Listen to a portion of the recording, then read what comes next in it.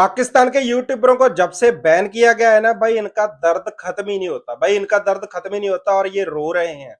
बहुत से ऐसे लोग हैं जो वीपीएन लगाकर इनकी वीडियोस भी देख रहे हैं, लेकिन देखिए मैं तो विदेश में रहता हूँ, मेरे पास वीडियोस इनकी आती रहती है। लेकिन अगर बात की जाए, आपको पता है रोस्टिंग भी हम करते ही रहते हैं, लेकिन इनका रोना धोना चलता है भाई, चलता रहेगा। क्योंकि ये चाहे इनको बैन कर लो, ये इनका रोना धोना चलता रहेगा। पाकिस्तान के यूट्यूबर्स, बड़े बड़े यूट्यूबर्स, तनवीर अहमद, फुरकान भट्टी, वासे हबीब, इसके अलावा अगर बात की जाए बीबीएन स्पोर्ट्स, ये वो यूट्यूबर्स हैं जिन्होंने हमेशा ही इंडियन व्यूअरशिप को व्यूज लिए हैं, उनसे व्यूज लिए हैं। लेकिन अगर बात की जाए भाई रोना धोना, देखो कुछ यूट्यूबर्स ऐसे हैं जिनका रोना धोना, देखो मैं वासे हबीब को फॉलो नहीं करता, मैं तो 3 बंदों को फॉलो करता हूँ, फॉलो इन द सेंस उनकी वीडियोस देखता हूँ ज्यादा। अनसब्सक्राइब कर दिया मैंने भी, अनसब्सक्राइब कर दिया इन तीनों को, सभी को अनसब्सक्राइब कर दिया वैसे तो। क्योंकि भाई देखो हम अपने देश के साथ हैं। अगर बात की जाए, फुरकान भट्टी साहब जी ने नया वीडियो डाला, उसका रोस्ट आएगा शायद एक आधे दिन में आ जाएगा। अगर आप हमारे चैनल पे नए हो, चैनल को सब्सक्राइब जरूर कर लो।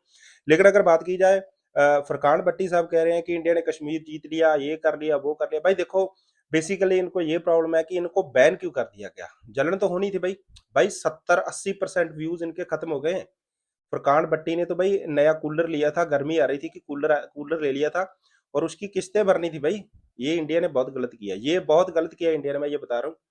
लेकिन दूसरी तरफ है जी तनवीर अहमद साहब, वो तो ये कह रहे हैं कि हमारा मेरा पीछा ही छूट गया, अच्छा हुआ मुझे, क्योंकि बहुत लोगों ने कराची मॉल से, stolen from Karachi mall, duplicate T shirt, blue T shirt, जो भी एडिडास की टी शर्ट डालता था, कोई भी टी शर्ट डालता था भाई, उस पे ये कमेंट आता था भाई, वो भी फ्रस्ट्रेट हो चुका था, उसका भी हद हद से पार हो चुका था। और उस बंदे ने भी शुक्र मनाया कि हाँ। लेकिन बीच बीच में से रो भी रहा होगा कि अब इंडिया के खिलाफ जहर उगलेगा, पाकिस्तान वाले ही देखेंगे, इंडिया वाला कोई देखेगा नहीं।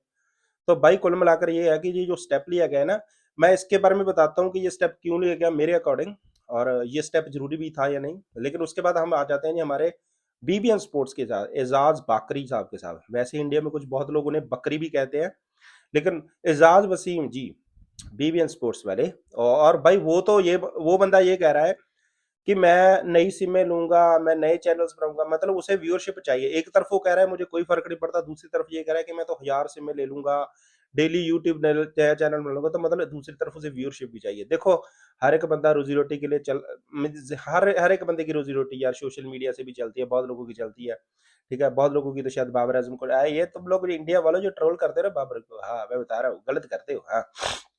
नहीं, मैं फिर जो सही बात है, जो सच बात है, एक तरफ ये कह रहा है कि मुझे फर्क नहीं पड़ता, दूसरी तरफ ये कह रहा है कि मैं नया चैनल बनाऊंगा, दूसरी तरफ ये कह रहा है कि भाई मेरा वीपीएन लगाकर चैनल देख लो। कुल मिलाकर भाई फर्क तो बहुत बड़ा है।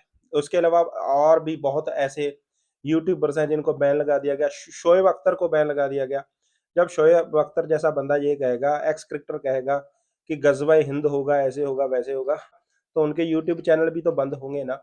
और इसके अलावा अगर जी बात की जाए शाहिद अफरीदी की, इस बंदे की अगर बात ना करें तो फिर ये कैसे हो सकता है। ये बंदा हमेशा ही जहर उगलता है भाई, हमेशा ही जहर उगलता है। कभी ये देखो, एज क्रिकेटर बहुत लोग इसको अच्छा भी मानते थे, लेकिन एज ए ह्यूमन देखो, क्रिकेटर होना और ह्यूमन होना बहुत फर्क होता है। और एज ए क्रिकेटर अगर आप ये चीज समझो कि शाहिद अफरीदी हमेशा हमेशा ही जहर उगलता है इंडिया के खिलाफ, वो इस वजह से कि शायद उसका पॉलिटिक्स में कोई इंटरेस्ट होगा। अपने लोगों को देखो, ये चीजें चलती हैं पॉलिटिक्स में, ये चीजें चलती हैं रिलीजन बेस्ड। अच्छा, मैं ये भी बता देना चाहता हूँ भाई, बहुत लोग ऐसे हैं जो वीडियोस के नीचे जाकर ये कहते हैं जी पाकिस्तानी को मैं रोस्ट क्यों करता हूँ। भाई मैं आपको ये चीज बता देना चाहता हूँ, इससे उनका कोई फायदा नहीं है। मैं तो रोस्ट करता हूँ, उल्टा इससे हमारा ही फायदा है। ये रेवेन्यू इंडिया में ही आ रहा है, पाकिस्तान को कुछ भी नहीं मिल रहा। उनके चैनल्स ऑलरेडी बंद हो चुके हैं। हाँ, उनको रोस्ट करके जवाब देना या उनको लॉजिकली जवाब देना ये हमारा फर्ज है भाई, और हम एज ए इंडियन कर सकते हो और आप लोग भी कर सकते हो भाई। ऐसा कोई इशू नहीं है कि अगर आप कहो कि यार ऐसे है, ऐसे है। नहीं, ऐसा कुछ भी नहीं है, कोई बैन नहीं होगा। लेकिन बहुत लोगों को शायद ये मिस इन्फॉर्मेशन है कि भाई नहीं नहीं, शायद हो सकता है, हो जाता है, इंडिया में भी बहुत लोग ऐसे हैं। ऐसा कोई इशू नहीं है, मैं रोस्ट करूंगा, उससे इंडिया को ही फायदा है, पाकिस्तान को कोई फायदा नहीं है। ठीक है, अगर भाई बात देखी जाए, देखो मेरी, मैं पर्सनली थॉट बता देता हूँ, मेरी किसी के साथ कोई जाती दुश्मनी नहीं है, ना ही मैं सोचता हूँ ऐसा। ठीक है, और हाँ अपने देश के लिए पहले हैं भाई। अगर यार हमारे यहाँ कोई बेकसूर लोगों को आकर मारेगा, मैं तो पहले भी बहुत दफा ये कह चुका हूँ कि 1984 में जो सिखों के साथ हुआ, इसके अलावा अगर बात की जाए गुजरात में जो मुसलमानों के साथ हुआ, कश्मीर में जो हिंदू पंडितों के साथ हुआ, भाई ये सब कुछ गलत था, ये इंसानियत का कत्ल था, ये रिलीजन बेस्ड कत्ल नहीं थे, ये इंसानियत का कत्ल था। जैसे अभी अभी अभी आप लोग देखो, हिंदुओं को पूछ पूछ के मारा ना कि तू हिंदू है, हिंदू है, ऐसे ही सिखों के साथ भी हुआ था, 1984 में ऐसे ही हुआ था। लेकिन बहुत लोग कह देते हैं जी सिख तो लस्सी है, सिख तो जी खालिस्तानी है। बेसिकली इस इंडिया को आजाद करवाने में 98% हमारा योगदान है। लेकिन खैर इन चीजों का फायदा कोई नहीं है, क्योंकि जिनकी मेंटालिटी वैसी है और वैसी ही रहेगी। लेकिन हम बात कर रहे थे शाहिद अफरीदी की। ये बंदा जहर उगलता है भाई, और इसका जहर भाई कसम से मैं मानता हूं कि निकालें, ठीक है, निकालें, इसका जहर निकालें, और निकाला जाएगा अगर किसी इंडियन के डिक्के आ गया। लेकिन देखो, हमें हमारी गवर्नमेंट पे ट्रस्ट है, हमें पता है कि हमारी गवर्नमेंट क्या कर सकती है, क्या नहीं कर सकती, और हम हमारी गवर्नमेंट पे ही छोड़ेंगे। हम देखो, इंडिया वर्सेस पाकिस्तान, मैं बहुत चीजें यहाँ पे कह सकता हूँ, ये बहुत अच्छा है। बहुत लोग ऐसे में है जी, ये जी चीजें कहते हैं, ऐसे है जी, ऐसे है।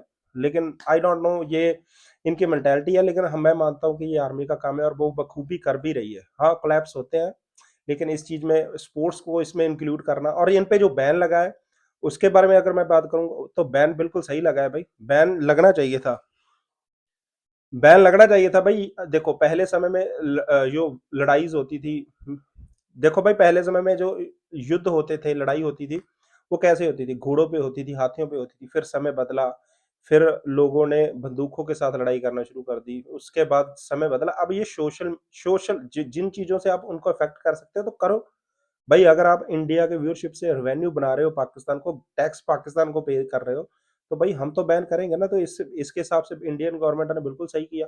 पहले जैसे टिकटॉक बैन किया था, अब भाई ये कर दिया। सो कुल मिलाकर भाई इनका जहर उगलता रहेगा, चाहे इनको आप चाहे इनको आप दिखाएं या ना दिखाएं, इनका जहर कभी नहीं खत्म हो सकता। अच्छे अच्छे लोग भी हैं, अच्छे अच्छे जर्नलिस्ट भी हैं पाकिस्तान में।